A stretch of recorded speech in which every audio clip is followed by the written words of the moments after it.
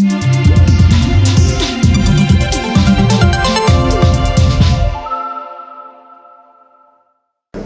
nous avons le plaisir de recevoir les membres du groupe No Stress Land. Bonjour, monsieur. Bonjour. Bonjour. Je vous laisse vous présenter à nos internautes et nous faire une brève présentation de No Stress Land. Merci. Bonjour, je m'appelle Rabia Toudienne, alias Baby Nana Baby. Je suis administratrice du groupe No Stress Land. Bon, moi, c'est Salou Ndiaye, administrateur du groupe No Stress Land. Donc, nous sommes là aujourd'hui pour préparer la grande action de solidarité du groupe en faveur de certaines couches sensibles et défavorisées de la population de Dakar. Il s'agit entre autres de 50 familles qui vivent dans le dénuement, des enfants atteints de cancer de l'Institut d'oncologie pédiatrique de l'hôpital Aristide Dantec et des albinos vivant à Niaykhai, près de Yen. Vous préparez une activité pour le 4 juillet. Est-ce que vous pouvez nous parler de cette activité que No Stress Land prépare? Nous préparons une activité à but social visant à offrir le sourire à certaines couches défavorisées de la population, à savoir 50 familles démunies, les enfants atteints de cancer qui sont à l'Institut oncologique pédiatrique de l'hôpital de Dantec et les habitants du village de Niaykhai près de Yen. Et comment comptez-vous vous y prendre et vous assister à travers cette initiative? Donc nous avons prévu, si tout se passe bien, si les collectes se fructifient, nous prévoyons d'offrir une ration alimentaire complète d'1 mois pour les 50 familles suscitées, des médicaments et des provisions pour les enfants qui sont à l'Institut oncologique de l'hôpital de Dantec et aussi une ration aussi également pour les habitants du village, les albinos qui sont là-bas, ainsi que des crèmes solaires. Mais tout à l'heure, vous nous avez demandé comment est-ce que nous procédons. Ce jour-là, nous comptons surprendre, c'est ce que nous faisons habituellement depuis 3 ans. Durant le Ramadan, nous ciblons des familles démunies auxquelles nous offrons une ration alimentaire complète, comme vient de le dire ma camarade, ma sœur, Rabia Toudienne, Bibi Nana. Donc nous leur offrirons une charbitala. À chaque famille, nous offrirons un sac de riz, 10 litres d'huile, 5 kg de sucre, un carton de lait, des dattes, des détergents, du savon, un peu de tout ce que nous aurons à collecter d'ici à samedi. Vous préparez une activité certes, mais ce n'est pas en fait la première pour No Stress Land. Vous avez amené certaines activités. Est-ce que vous pouvez nous faire un rappel de ces activités que vous avez amenées dans tout Dakar et ici? Bibi Nana pour les détails. Pour le mois de Ramadan, nous en sommes à la 3e année. La première année, en 2013, nous avons ciblé 15 familles.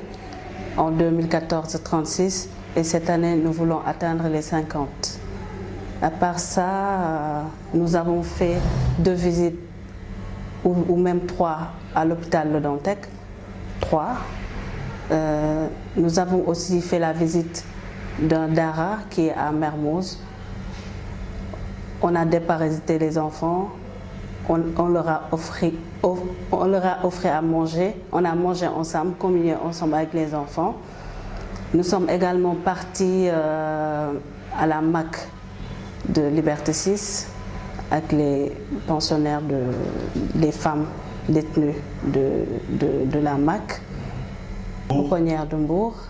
Ça a été notre premier déplacement hors de Dakar. Le 28 mars dernier, nous étions à Niaykhai, où vivent les amis de nos parents. Ça a été l'occasion pour nous d'avoir un aperçu sur le degré de pauvreté, n'est-ce pas, de ces gens qui vivent déjà sans électricité, comme j'ai souvent eu à le dire, à moins d'1 heure de Dakar. Moi je trouve inacceptable que les gens vivent sans électricité. Et c'est le cas de ces populations. Donc nous leur avons offert, en partenariat avec l'association Pierre Abinov du groupe Taketa, des crèmes solaires, soit des lunettes, un peu de tout et aussi des habits. Mais il n'y a pas que ça pour qu'ils puissent vivre. Il faut aussi des rations alimentaires. C'est ça la raison pour laquelle nous comptons nous dépasser dans quelques jours sur Niakhar pour leur offrir des rations alimentaires. Vu l'importance de vos activités et de votre initiative, est-ce que Lance-Treslan a bénéficié du soutien des autorités de ce pays, en fait, du Sénégal, en fait?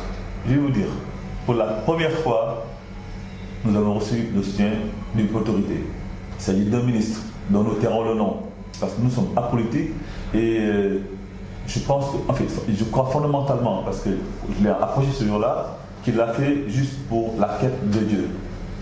C'est le Ramadan, il veut se rapprocher du bon Dieu, il veut faire des bonnes actions, et nous savons tous que les actions initiées durant le Ramadan sont multipliées par 10. Donc ce ministre nous a offert 100 000 francs et nous attendons de sa part du riz, Inch'Allah. Sinon, nous n'avons jamais reçu de subvention de qui que ce soit. Qui que ce soit, à part nos amis. C'est nos amis, nos collaborateurs, nos collègues et nous-mêmes membres qui contribuons pour l'atteinte de cet objectif. Donc les fonds viennent de nous et de nos amis.